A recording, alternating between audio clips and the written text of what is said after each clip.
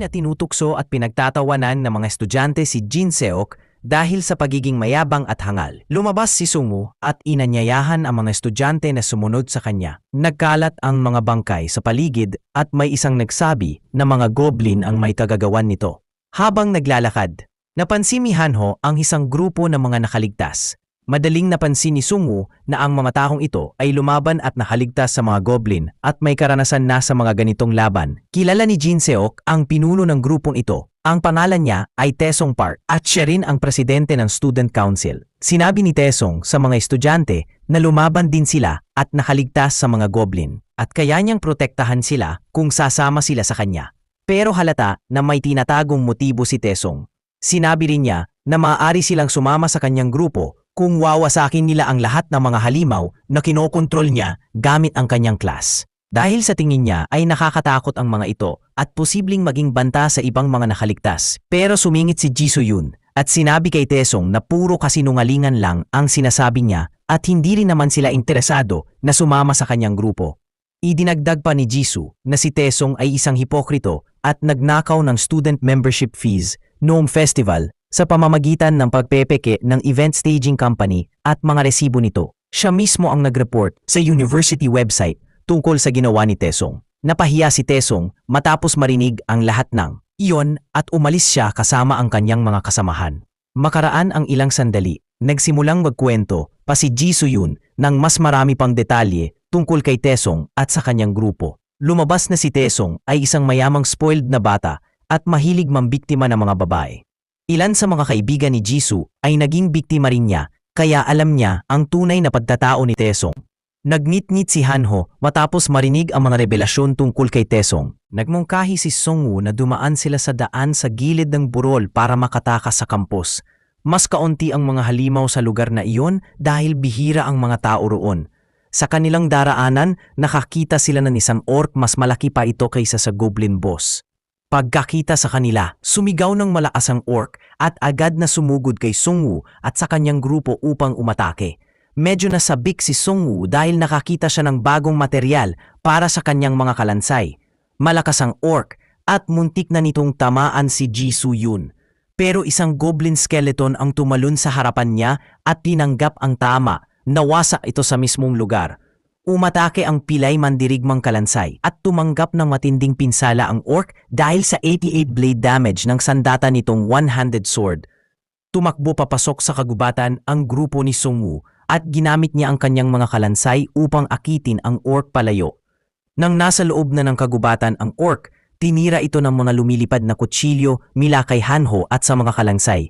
Na ibabalik ng orc ang ilang mga kutsilyo pero nagsimulang magwasak ito ng mga kalansay. Ngunit dahil napapalibutan sila ng mga bangkay ng goblin, kayang buhayin ulit ni Sungwoo ang mga ito paulit-ulit, basta't hindi siya nauubusan ng mana. 2 kalansay ang humawak sa mga braso ng orc. Pinangunahan ni Sungwoo ang pag-atake kasama si Ji Soo-yoon at naputol nila ang isa nitong binti. Naputol naman ni Sungwoo ang isa nitong braso, ang mandirigmang kalansay ang tumapos sa laban. Isinaksak ang espada sa leeg ng orc.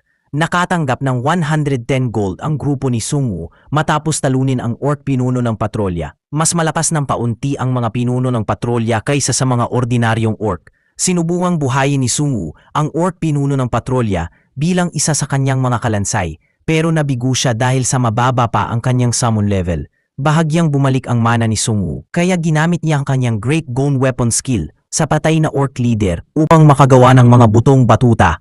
Na mababa ang antas, inarmasan niya ang kanyang mga kalansay ng mga butong batuta upang makabuo ng 5-member synergy gamit ang parehong klase ng sandata para makatanggap ng karagdang buff.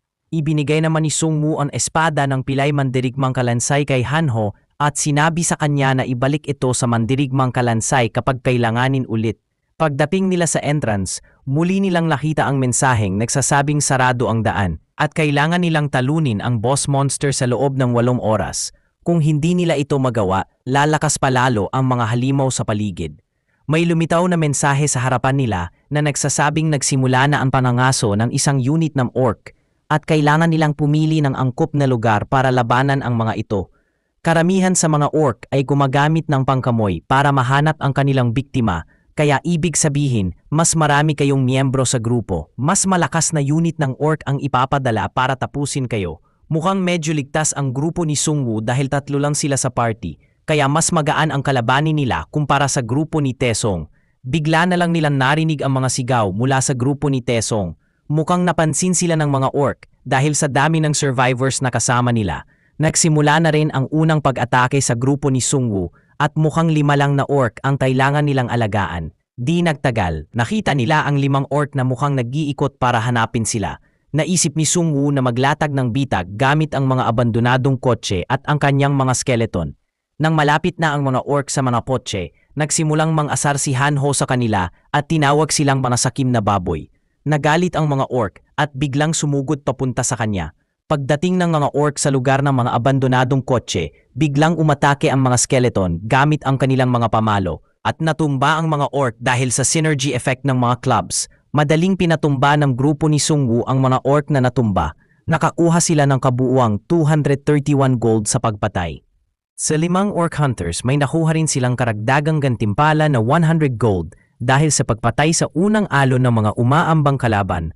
Umakyat si Sungwoo sa level 4 at pumili siya ng isang random card na nagpalaki ng maximum number ng skeletons na pwede niyang imando ng 2 pa. Ngayon, pwede na siyang magkaroon ng 7 minions ng sabay-sabay.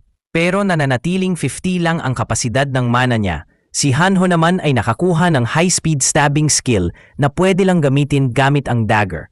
Ipinakita ni Jisoo-yun ang isang strength card at nakakuha siya ng 2 stat points. Pakiramdam niya ay mas malakas na siya ngayon. Sinabihan ni Sungwoo si Hanho na ibalik ang espada sa one-armed warrior skeleton dahil kailangan na niyang gumamit ng dagger para magamit ng buo ang bagong skill niya. Sa daan, nakita nila ang 7 orc hunters na inaatake ang isang bus. Yung mga tao sa loob ng bus ay lumalaban gamit ang sibat, pero halatang hindi nila kayang tumagal laban sa mga orc. Iminungkahi ni Jisoo-yun na salakayin nila ang mga orc mula sa harapan, habang ang taong may espiritu ay umatake mula sa likod. May pagdududa si Sungwoo kung makikipagtulungan ba talaga ang taong nasa loob ng bus, kaya nagmungkahi siya ng mas magandang plano. Sa loob ng bus, may 2 tao, isa ang may sibat at ang isa ay may kalasag at espada na todo depensa laban sa mga orc, pero halatang takot sila. Samantala, may kotse na may sakay na mga skeleton ang bumangga sa mga orc. Bigla nilang sinimulang katayin ang mga orc. Ang mga survivors sa loob ng bus ay nagkamali ng akala at inisip na mas malalalang halimaw pa ang mga ito kaysa sa mga orc. Nagulat sila nang makita nilang kumakatok si Hanho sa pinto ng bus at tinatawag sila palabas. Sinabi ng lalaking may sibat sa grupo ni Sungwoo na may makina roon na pwede nilang gamitin para bumili ng items gamit ang gold na nakuha nila mula sa pagpatay ng mga halimaw. Isa itong E-rank shop. At nang buksan ito ni Sungwoo, may 3 roulette options na lumitaw. Bronze, Silver at gold may 360 gold si Hanho, at 584 gold naman si Jisoo-yun, kaya bronze optional and kaya nila. Si Sungwoo naman ay may 1,552 gold, kaya pwede siyang pumili ng silver roulette. pero meron din siyang isang unlimited ranked roulette ticket na nakuha niya noon pa sa lobby ng college building. Pinindot ni Sungwoo ang gold roulette option at nagsimula itong kumikot. Nakuha niya ang first place item dahil sa kanyang swerte.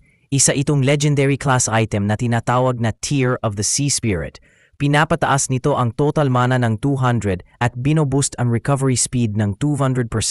Masayang-masaya si Sungwoo sa nakuha niyang item dahil kaya na ulit niyang mag-summon ng maraming minions ng paulit-ulit basta may sapat na bangkay. Pinaikot din ni Sungwoo ang silver roulette gamit ang 1,000 gold niya at nakakuha siya ng second place item na tinatawag na Vanguard Shield. Si Jisoo-yun naman ay nakakuha ng second place sword mula sa bronze roulette na tinatawag na Leader of the Expedition Force. Samantala, si Hanho ay nakakuha ng Sea-Rike Potion Bundle. Mukhang patuloy pa ring nakikipaglaban ang grupo ni Taesong sa sports field. Nagdesisyon si Sungwoo na tutulungan nila ang mga ito gamit ang bus sa halip na kotse sa pagkakataong ito. Habang tinataga ng mga orc ang mga normal na estudyante, sina Taesong at ang mga awakened niyang kasama ay sinusubukang tumakas mag-isa mula sa mga orc. Dumating ang bus sa sports field at bumangga ito sa mga orc. Si Kyung-soo Lee ang spearman ang nagmamaneho ng bus at tuwang-tuwa siya dahil nakakatanggap siya ng maraming gold sa pagpatay ng mga orc.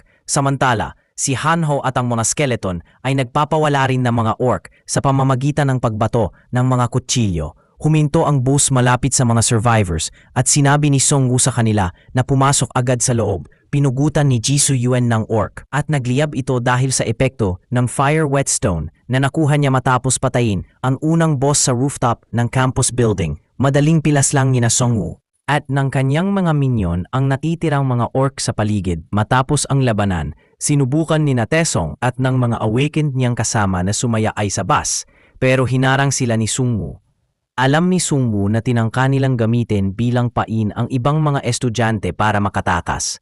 Uminit ang ulo ni Taesong nang marinig ito, pero naputol ang usapan nila nang bigla nilang marinig ang isang malakas na umol, kasabay ng notifikasyon na galit ang orc chief dahil sa pagkabigo ng kanilang pangangaso.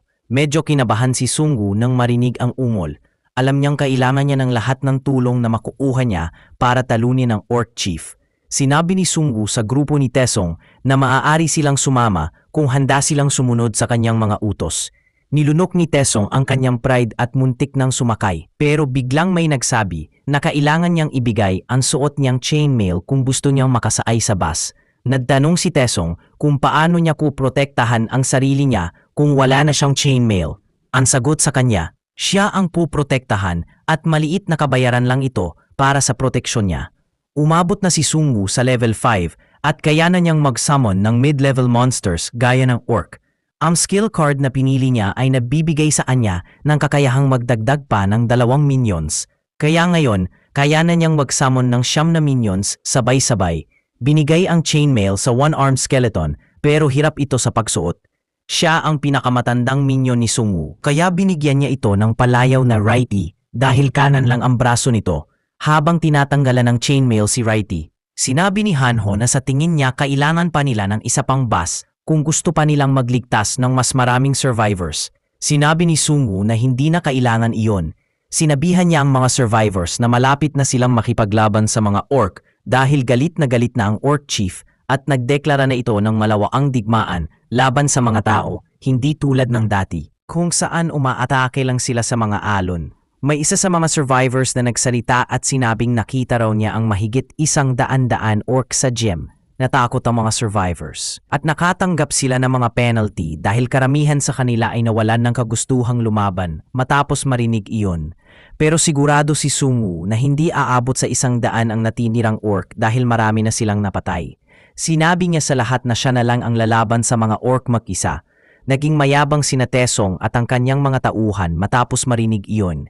Akala nila ay sinuwerte lang si Sung Woo noon at ngayon ay binabaon na niya ang sarili niya sa hukay. Sinabi ni Jisoo Yun kay Sung Woo na hindi biro ang pumatay ng 100 halimaw kahit pa siya ang lumaban.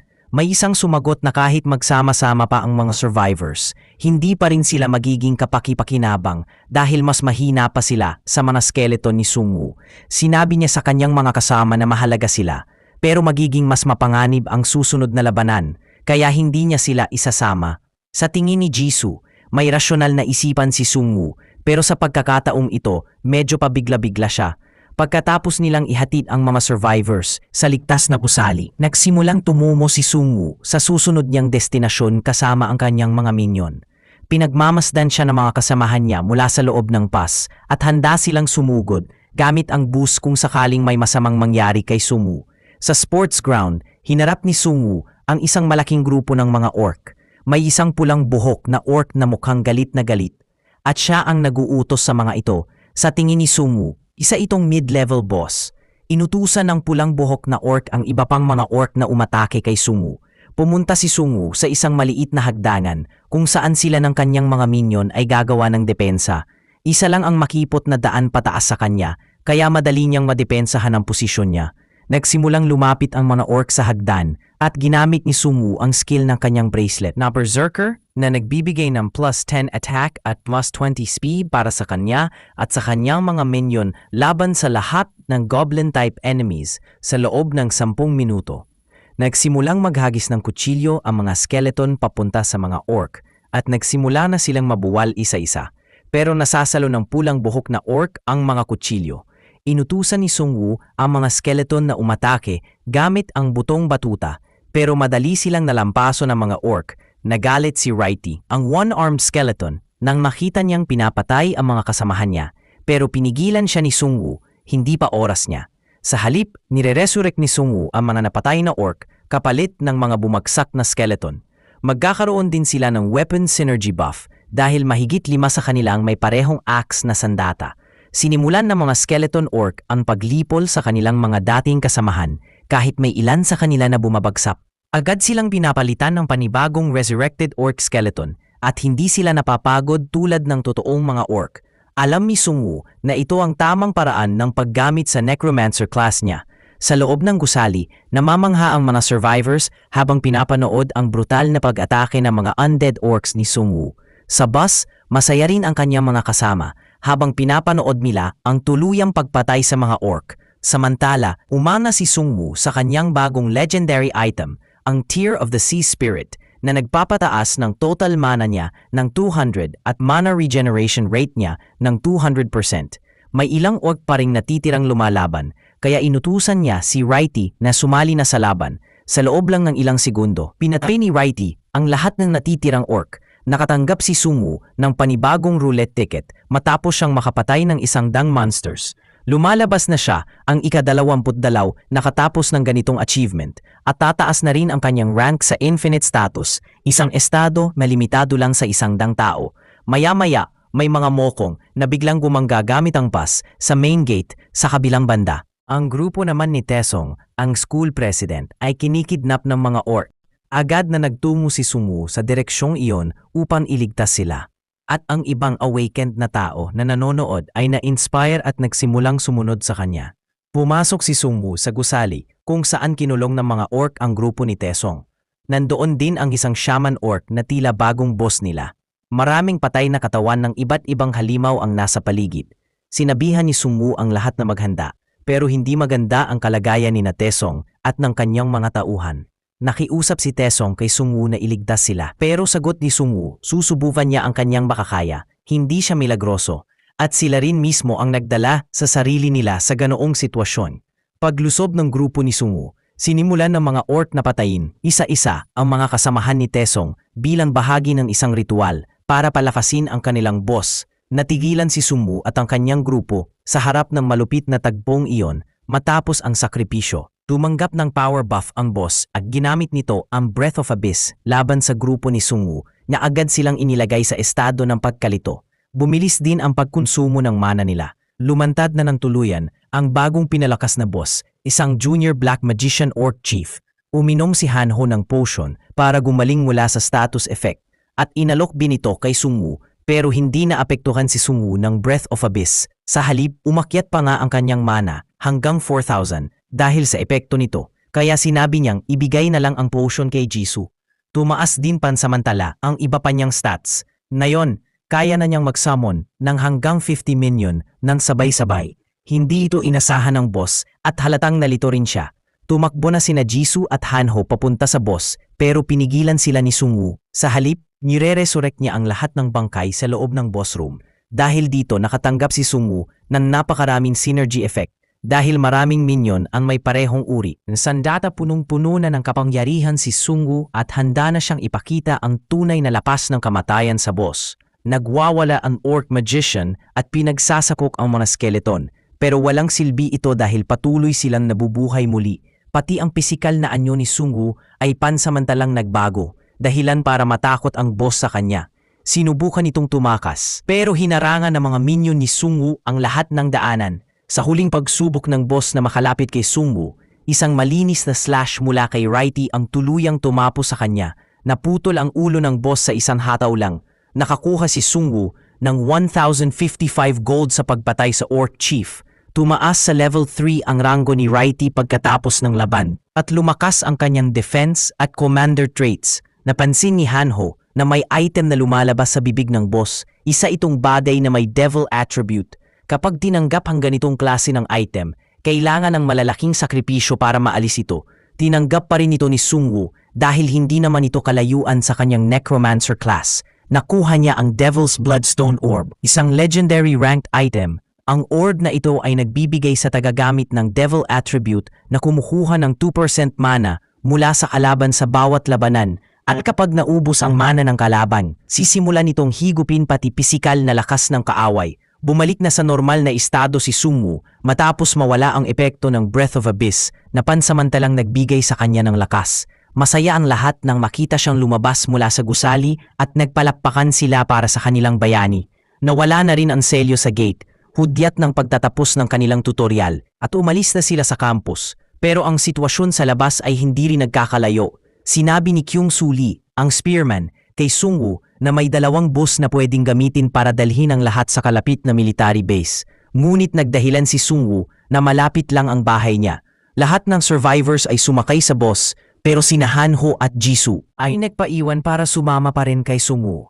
Sabi ni Sung Woo kay Han-ho, papayagan niya itong sumama basta pumayag siyang putulin ang isa niyang braso para mas maging compatible kay Righty. Ang one-handed skeleton, biglang pinigilan ni Kyung-soo ang kanyang boss dahil napansin niyang may paparating na mga dragon sa direksyon ng pass. Kinuha ng mga dragon ang isa sa mga bus at pinatay ang lahat ng sakay nito. Kitang-kita ni na Sung Woo at ng kanyang mga kasama ang trahedya. Sinabihan ni Sung Woo ang kanyang mga kasamahan na simula mayon sila na mismo ang paghahanap ng mga halimaw para litisin at palakasin pa ang kanilang mga sarili dahil kung hindi, baka matulad lang sila sa sinapitin ng mga taong nasa bus. Pagkasabi nito, naghanda na si Sung Woo at ang kanyang grupo para simulan ang susunod nilang pangangaso. Agad na nagtungo si Sung Woo sa direksyong iyon upang iligtas sila. At ang ibang awakened na tao na nanonood ay na-inspire at nagsimulang sumunod sa kanya. Pumasok si Sung Woo sa gusali kung saan kinulong ng mga orc ang grupo ni Taesong. Nandoon din ang isang shaman orc na tila bagong boss nila. Maraming patay na katawan ng iba't ibang halimaw ang nasa paligid. Sinabihan ni Sung Woo ang lahat na maghanda, pero hindi maganda ang kalagayan ni Taesong at ng kanyang mga tauhan. Nakiusap si Taesong kay Sung Woo na iligtas sila, pero sagot ni Sung Woo, susubukan niya ang kanyang makakaya, hindi siya milagroso. At sila rin mismo ang nagdala sa sarili nila sa ganoong sitwasyon. Paglusob ng grupo ni Sung Woo, sinimulan ng mga orc na patayin isa-isa ang mga kasamahan ni Taesong bilang bahagi ng isang ritual para palakasin ang kanilang boss. Natigilan si Sung Woo at ang kanyang grupo sa harap ng malupit na tagpong iyon matapos ang sakripisyo. Tumanggap ng power buff ang boss at ginamit nito ang Breath of Abyss laban sa grupo ni Sung Woo na agad silang inilagay sa estado ng pagkalito. Bumilis din ang pagkonsumo ng mana nila. Lumantad na ng tuluyan ang bagong pinalakas na boss, isang junior black magician orc chief. Uminom si Han-ho ng potion para gumaling mula sa status effect at inalok din ito kay Sung Woo pero hindi naapektuhan si Sung Woo ng Breath of Abyss. Sa halip, umakyat pa nga ang kanyang mana hanggang 4,000 dahil sa epekto nito. Kaya sinabi niyang ibigay na lang ang potion kay Jisoo. Tumaas din pansamantala ang iba pa niyang stats. Ngayon, kaya na niyang mag-summon ng hanggang 50 minion ng sabay-sabay. Hindi ito inasahan ng boss at halatang nalito rin siya. Tumakbo na sina Jisoo at Han-ho papunta sa boss pero pinigilan sila ni Sung Woo. Sa halip, nire-resurrect niya ang lahat ng bangkay sa loob ng boss room. Dahil dito nakatanggap si Sung Woo ng napakaraming synergy effect dahil maraming minion ang may parehong uri. Sandata punong-puno na ng kapangyarihan si Sung Woo at handa na siyang ipakita ang tunay na lapas ng kamatayan sa boss. Nagwawala ang orc magician at pinagsasakok ang mga skeleton pero walang silbi ito dahil patuloy silang nabubuhay muli. Pati ang pisikal na anyo ni Sung Woo ay pansamantalang nagbago dahilan para matakot ang boss sa kanya. Sinubukan itong tumakas pero hinarangan ng mga minion ni Sung Woo ang lahat ng daanan. Sa huling pagsubok ng boss na makalapit kay Sung Woo, isang malinis na slash mula kay Righty ang tuluyang tumapo sa kanya. Naputol ang ulo ng boss sa isang hataw lang. Nakakuha si Sung Woo ng 1,055 gold sa pagpatay sa orc chief. Tumaas sa level 3 ang ranggo ni Righty pagkatapos ng laban at lumakas ang kanyang defense at commander traits. Napansin ni Han-ho na may item na lumalabas sa bibig ng boss, isa itong bagay na may devil attribute. Kapag tinanggap ang ganitong klase ng item, kailangan ng malalaking sakripisyo para maalis ito. Tinanggap pa rin ito ni Sung Woo dahil hindi naman ito kalayuan sa kanyang necromancer class. Nakuha niya ang Devil's Bloodstone Orb, isang legendary ranked item. Ang orb na ito ay nagbibigay sa tagagamit ng devil attribute na kumukuha ng 2% mana mula sa kalaban sa bawat labanan at kapag naubos ang mana ng kalaban, sisimulan itong higupin pati pisikal na lakas ng kaaway. Bumalik na sa normal na estado si Sungwoo matapos mawala ang epekto ng Breath of Abyss na pansamantalang nagbigay sa kanya ng lakas. Masaya ang lahat nang makita siyang lumabas mula sa gusali at nagpalakpakan sila para sa kanilang bayani. Nawala na rin ang selyo sa gate, hudyat ng pagtatapos ng kanilang tutorial at umalis na sila sa campus. Pero ang sitwasyon sa labas ay hindi rin nagkakalayo. Sinabi ni Kyung-Soo Lee, ang spearman, kay Sungwoo na may 2 bus na pwedeng gamitin para dalhin ang lahat sa kalapit na military base. Ngunit nagdahilan si Sungwoo na malapit lang ang bahay niya. Lahat ng survivors ay sumakay sa bus pero sina Hanho at Jisoo ay nagpaiwan para sumama pa rin kay Sungwoo. Sabi ni Sungwoo kay Hanho, papayagan niya itong sumama basta pumayag siyang putulin ang isa niyang braso para mas maging compatible kay Righty. Ang one-handed skeleton, biglang pinigilan ni Kyung-Soo ang kanyang boss dahil napansin niyang may paparating na mga dragon sa direksyon ng pass. Kinuha ng mga dragon ang isa sa mga bus at pinatay ang lahat ng sakay nito. Kitang-kita ni na Sungwoo at ng kanyang mga kasama ang trahedya.